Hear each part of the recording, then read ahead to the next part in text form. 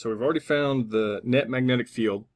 The next part is to determine the magnitude of this net magnetic field. So I'm going to draw a picture of this net magnetic field vector. So here's a XY coordinate system. X points to the right, Y points up. And this net magnetic field has a negative X component and it has a positive Y component. And the X and Y components are equal to each other, so it's going to point up and to the left. That's what the net field is going to be. So what I need to do is calculate what the length of this arrow is, and the way that we do that is by using the X and Y components and then using Pythagorean's theorem. So this would be the Y component and this would be the X component. And so the magnitude is the hypotenuse for that triangle. So the magnitude is going to be the X component squared plus the Y component squared square root of.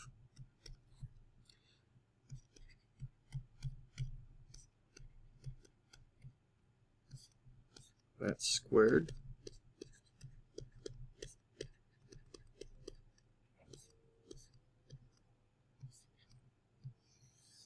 Square root of all of that. And that's going to give me a u naught I over 4 pi L that comes out front times the square root of 2. So there is the magnitude of the magnetic field. The next part is to determine what the direction of the magnetic field is. So we know that it's pointing up and left, but we want to determine an angle. And we're free to choose whatever axis we want to determine the angle with respect to. But if we don't specify an axis, then it's usually implied that it's with respect to the plus x-axis. So what is this angle here? Well, we can't use trig directly on that angle. But we could determine what this angle is, or we could determine what this angle is. Either one of those we could find using trig. So let me redraw the triangle. I'm going to use this angle here. So if I use that angle here, then I have a triangle, a right triangle, that would look like this. Here's the angle that I'm talking about. This is the magnitude of the magnetic field. This would be the X component of the field, and this would be the Y component of the field. Now, one thing that we need to be careful with, this is going to be a tangent, right? We're going to have the inverse tangent of some ratio. What I do when I apply this the trig to do the inverse tangent to find this angle is I just take the absolute value of the X and the Y components. Let's just ignore for now that the X component is negative. And the reason that we would do that is so that this angle that we calculate would be positive. So if we just take absolute values of the X and the Y components, we're always going to get a positive angle. Now I want a positive angle because then I know that this positive angle here needs to be added to 90 degrees to get the angle with respect to the plus x-axis.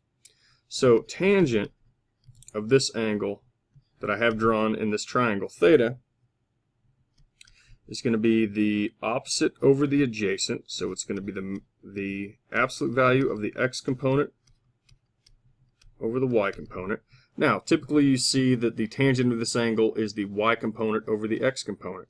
Well, that's because, a lot of times we'll draw this triangle down here.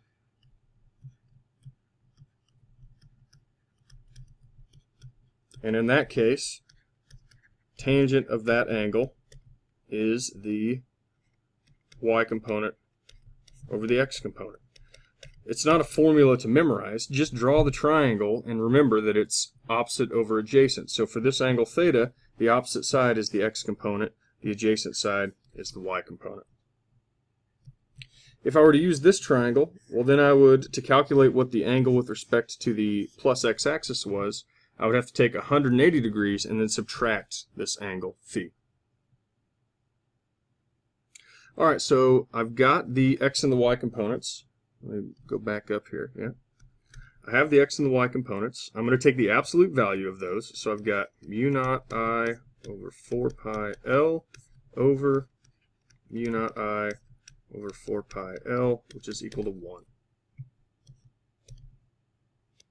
So this angle is equal to the inverse tangent of 1. And that would be, well, actually, this angle is just going to be 45 degrees. Right? The inverse tangent of 1 is 45 degrees. Now, we could have just looked at this triangle and sort of figured out that it's going to be 45 degrees because it has equal sides. The lengths of the sides of the triangle are equal. So that means that it's going to be a 45 degree angle here. This would also be a 45 degree angle. And then this is, of course, a 90 degree angle. So we could say that the direction is, and now, don't let the, what symbol we use for this, cause confusion. Right? It's just a symbol that we use. We have an angle. We'll use that as the direction. This is equal to, we could either write this as 45 degrees with respect to the plus y-axis, or we could write it as 135 degrees with respect to the plus x-axis, which we would just write as 135 degrees. If I don't say with respect to any axis, then it's going to be assumed to be the plus x-axis. So that's the direction.